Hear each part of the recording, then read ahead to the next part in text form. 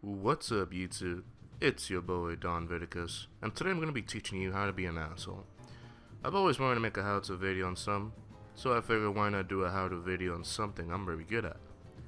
That's right, fellow viewers, behind this lovely personality lies a sadistic asshole who just don't give a fuck about people. I'm just joking, people, relax. No need to get the pitchforks. But in all seriousness though, being an asshole does have its perks. From jumping up the corporate ladder and becoming an executive officer, to being a huge hit with the ladies, or just being feared and respected as the legendary badass that you are, there are very good reasons why you should be an asshole. But before we dive into the benefits of being an asshole, let's first define what an asshole is. According to the Urban Dictionary, an asshole is someone being arrogant, rude, obnoxious, or just a total dickhead. Sean is the biggest fucking asshole I've ever met in my life. Yeah, fuck Sean. Fuck that pompous asshole. Fuck him. I personally like to describe an asshole as simply just a dick who keeps dicking with others until he can't dick no more. Usually because other people got fed up and cut his dick off. Ha ha ha. Who's the cuck now, asshole? Now all these shenanigans aside, most of you are probably asking, why shall I be an asshole? And if you are asking this question, bless your soul, you must be a really nice person, which means you need to watch this video. Why? Because I'm going to show you how being an asshole can give you what you really want out of life. Whether it be a career, a relationship, or just respect, I'm going to give you 3 ways in which you can start practicing being an asshole and reap the rewards only an asshole deserves. Number 1.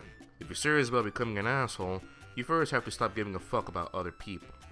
There is a difference between practicing empathy and caring too much about people. You need to establish yourself as a priority first. When you put the needs of others ahead of yourself, it drains you, it puts you down, puts you in a negative state. Putting yourself first allows you to take care of business. You can be more ambitious, more assertive, and more active in protecting your self-interest.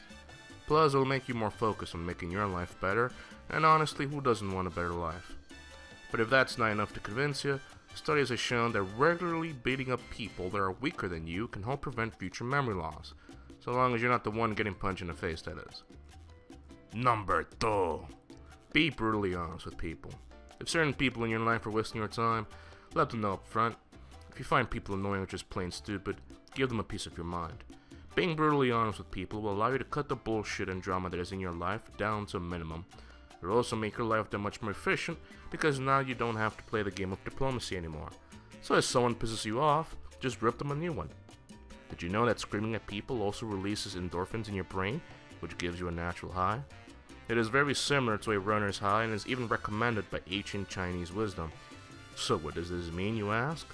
Well, it means that anytime you're having a bad day, just yell at the fucker who thought it was a good idea to ask for your time and energy. Ah! Are you okay? Fuck you, tree fitty. If there is one piece of asshole wisdom I would like for you to take from this video, it is the don't go to people, let people come to you rule. The only exception to this rule will be when you are at a professional networking event, but I digress. Letting people come to you will allow you to size up the person who approached you. You can measure the usefulness of that person, and you can make a decision whether you want to keep that person as an associate or not. This helps in selectively building your network of associates with skills that you may use or plan on using sometime in the near future. You can also actively approach people and poach their skills, but if you're an introvert, this golden rule will work best for you. But Don, you say, this sounds stupid. You're full of shit. And I'll be inclined to agree. The studies have shown that having a feeling of superiority can actually keep your body in shape when you're older. How, you ask? Through the powers of cortisol secretion. Cortisol is secreted by your brain to help you handle stress more appropriately, and the secretion of cortisol is controlled by the hypothalamus, the pituitary gland, and the adrenal gland. Cortisol is also secreted when your body triggers a fight or flight response. It helps you fight or run away by providing the body with glucose. And to get glucose, cortisol taps into the protein stores via gluconeogenesis, which is located in the liver. Phew, this brings me back to biology 101. Anyway, before you jump up and ask, what's the point? It bears mentioning that having an elevated cortisol level that consistently produces glucose can lead to an increase in blood sugar levels. And having a persistent high blood sugar level could damage your blood vessels and nerves. And taking damage to large blood vessels can lead to a buildup of plaque, which in turn increases your risk of coronary artery disease, heart attack, and stroke. Oof, owie. But all I have to do is watch what I eat, you say. And you're correct. Diet is important in regulating blood sugar levels. But what if I were to tell you that your self-esteem plays an important factor in how your cortisol levels are elevated? Yes, you heard me right, your self-esteem.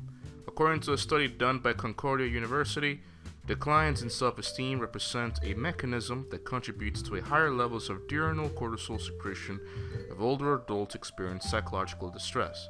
Increases in self-esteem, by contrast, can ameliorate older adults' cortisol regulation in stressful circumstances. In plain English, this means that having a low self-esteem removes a buffer that protects your body from changes in cortisol levels, whereas having a high self-esteem can either bring back the buffer or improve the buffer against the harmful effects of cortisol change levels. So it looks like my golden rule will not only boost your self-esteem, but also save you from a heart attack. Huh? No? Too soon, huh?